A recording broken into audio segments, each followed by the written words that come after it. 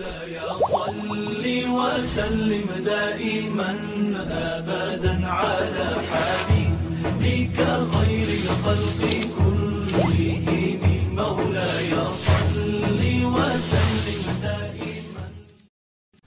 Assalamualaikum warahmatullahi wabarakatuh. Halo insan muda, kembali di Jeddah Best Moment Road to Our Jannah. Kali ini bakal ditemani oleh aku Ana, dan so pasti kita sudah kedatangan tamu yang spesial nih, yaitu Kak Rosita. Halo Kak. Halo Kak Ana. Halo, apa kabar? Alhamdulillah luar biasa. Allahu Akbar. Masya Allah. Boleh disapa dulu nih Kak insan muda yang lagi nonton Jeddah Best Moment episode kali ini. Halo teman-teman insan muda, semoga kita semua selalu diberkati oleh Allah Subhanahu wa Ta'ala. Amin. Nah, insan muda, di Jeddah Best Moment kali ini kita akan membahas topik yang sangat menarik nih, yaitu memperingati 1 Muharram 1445 Hijriah bersama tamu spesial kita pastinya, yaitu Kak Rosita. Sebelum itu insan muda, kalian pasti yang belum tahu nih nanya-nanya, siapa sih Kak Rosita ini? Oke, bakal aku bacakan ya CV-nya, izin membaca CV-nya ya Kak ya. Ya, Oke, silakan. Kak Rosita ini bernama lengkap Nur Rosita yang berdomisili di Sidoarjo. Nah, beliau ini adalah seorang mahasiswa dan juga content creator. Selain itu, ternyata Kak Rosita ini merupakan duta dari Fakultas Usuluddin dan Filsafat. Wah, keren. Fakultas Usuluddinnya prodi apa nih Kak? Prodi Ilmu Al-Quran dan Tafsir. Alhamdulillah, dan ya, sekarang ya. semester 4. Oke, Masya Allah. Wah, Masya Allah sekali ya narasumber kita kali ini. Selain itu, beliau itu juga seorang motivator nih. Wah, pas banget ya sama program kita yaitu Jeddah. Nah, selanjutnya back to our topic ya Kak ya, tentang memperingati 1 Muharram ini. Bagaimana sih Kak sejarah tentang bulan Muharram? Karena setahu aku nih kan bulan Muharram itu adalah bulan pertama Hijriah ya Kak ya. Betul. Dan boleh sedikit dijelaskan nih Kak, bagaimana sih sejarah dari terjadinya, kenapa kok 1 Muharram ini jadi bulan pertama Muharram, iya gitu bulan. ya. Kenapa harus bulan Muharram? Iya, kenapa harus dibilang Muharram? Bagaimana nih? Kenapa kenapa kok disebut Muharram? Kan bisa disebut yang lain juga gitu. Ya, oke. Baik teman-teman insan muda sekalian yang berbahagia, sebagai muslim sejati dan sebagai muslim yang memang harus cinta terhadap agamanya, kiranya kita harus tahu terkait dengan sejarah bagaimana bulan Muharram itu sendiri. Ya kan, bulan Muharram itu kenapa sih kok dibuat bulan pertama ya Kak ya? Kenapa kok enggak bulan Rabiul Awal waktu lahirnya Nabi Muhammad, atau kenapa enggak bulan ketika wafatnya Nabi Muhammad gitu kan Kak ya? Nah, kalau kita beranjak atau flashback nih di zaman Khalifah Umar bin Khattab, pada saat itu Khalifah Umar itu menerima surat dari Abu Musa al-Asy'ari nih Kak. Nah, beliau menerima surat, dan saat menerima surat yang sedemikian banyak, beliau kesulitan dalam menentukan tanggal dan tahunnya Kak.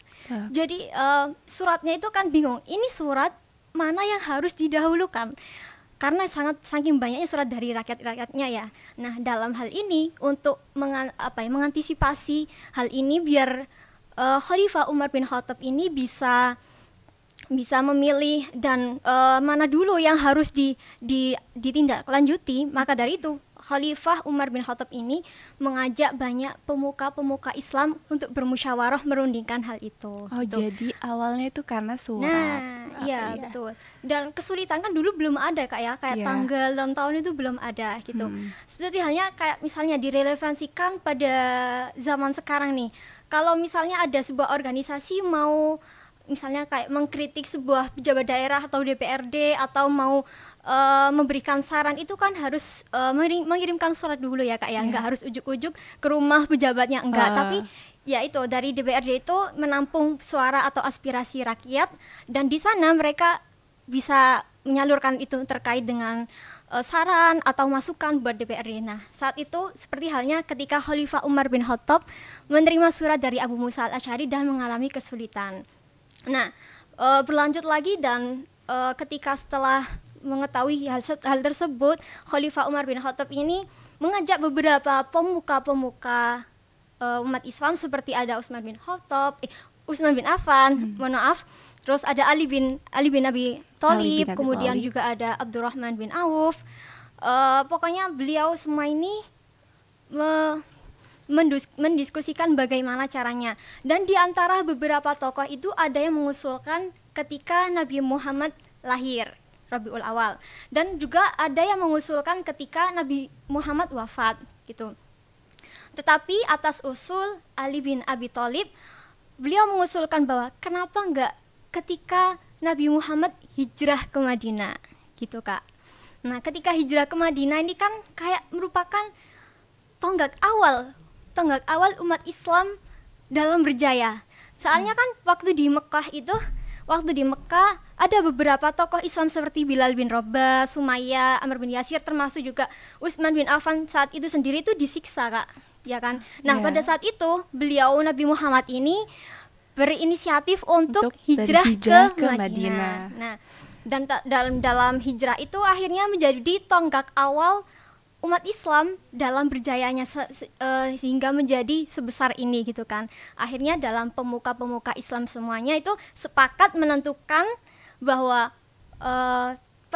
bulan pertama itu Muharram, yaitu diambil ketika Nabi Muhammad hijrah di Madinah. Gitu. Oh, makanya tahunnya juga disebut Hijriyah, mungkin dari kata hijrah. Betul sekali. Jadi disebut Hijriyah itu karena memang diambilnya ketika Nabi Muhammad hijrah ke Madinah, bukan ketika di wafatnya atau di lahirnya. Misalnya kayak gini ya Kak ya. Kalau misalnya aku analogikan dari Kak Ana nih.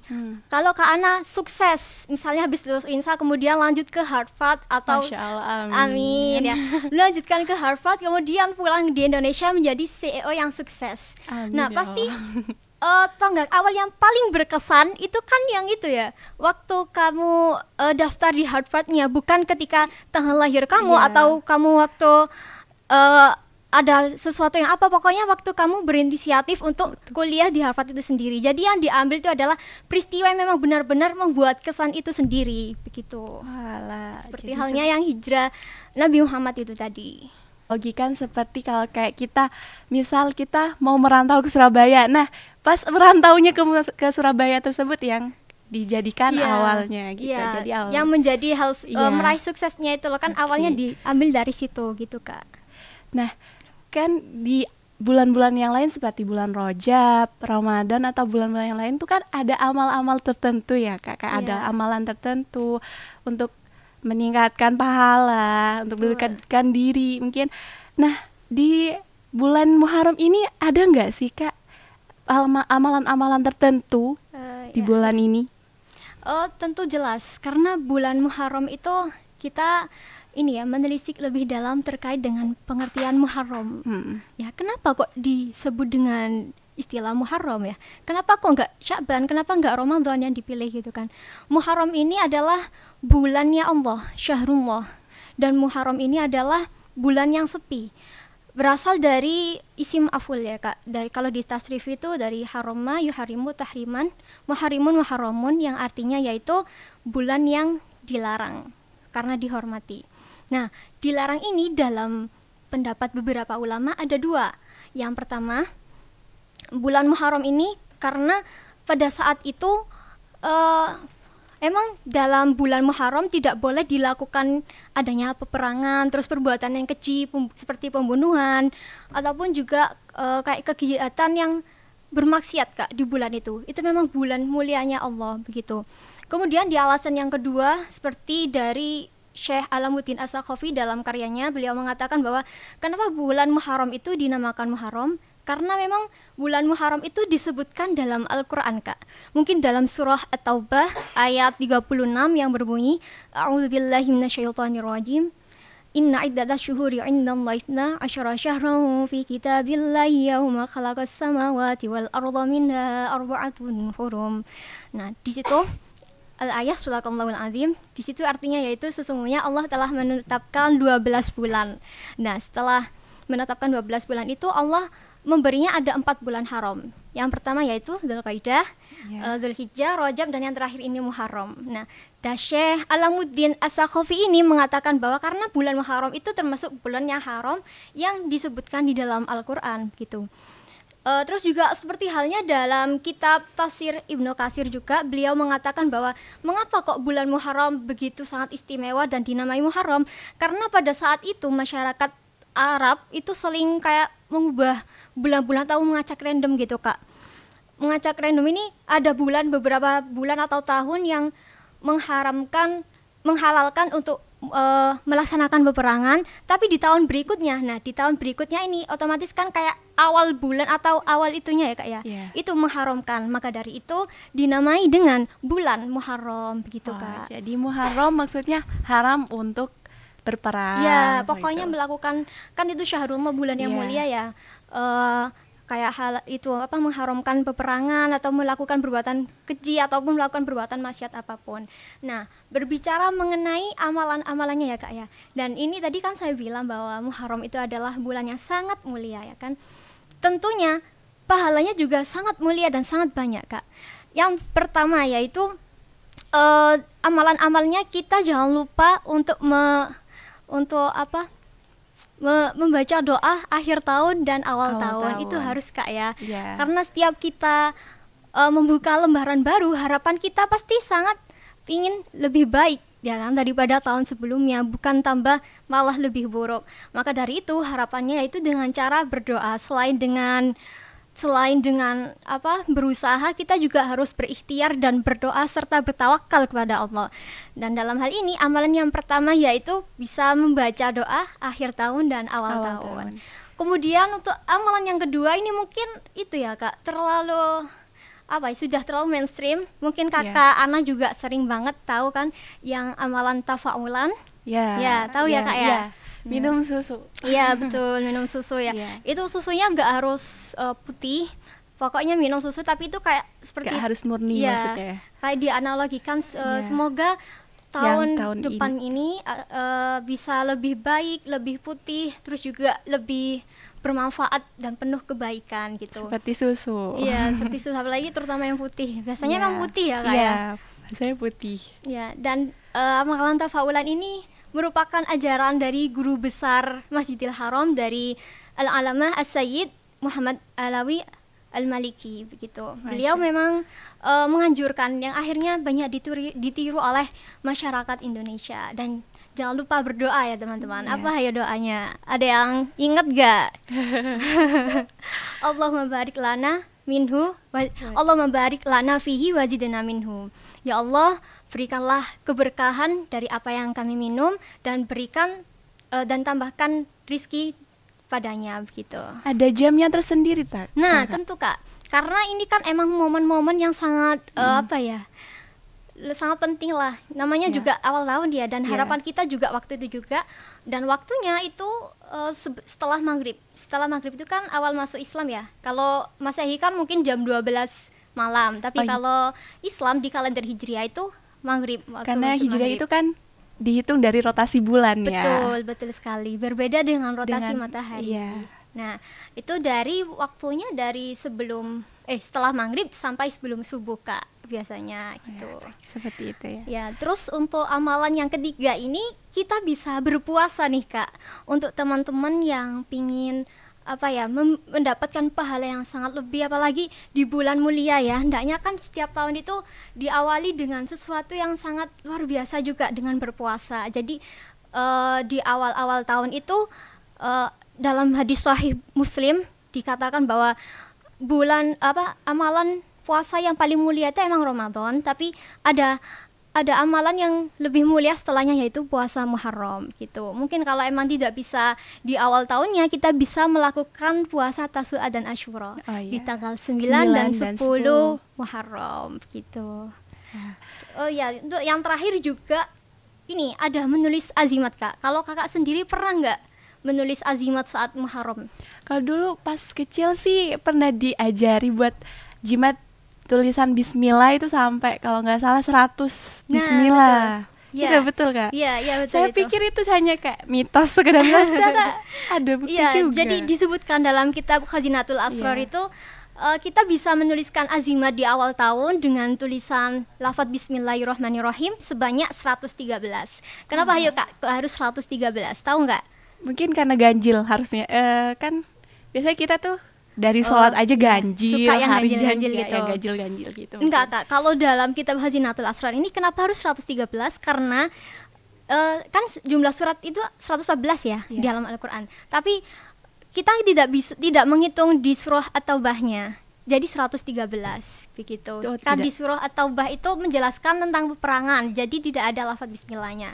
Akhirnya dalam kitab Khazinatul Asrar menuliskan azimat itu lafadz bismillahnya sebanyak 113 dan juga lafadz Ar-Rahman sebanyak 50 kali. Itu terserah teman-teman, kalian mau menaruh di dompet atau di manapun, pokoknya di tempat yang layak. Itu nanti bisa dengan harapan atau tabarukan dengan lafadz Al-Quran berupa bismillah agar ini mencegah bala dan musibah yang terjadi selama setahun begitu Kak. Dan juga yang terakhir ini ya teman-teman, amalannya yaitu bisa memperbanyak sedekah dan menyantuni anak yatim begitu Kak. Itu amalan-amalan dari bulan Muharram.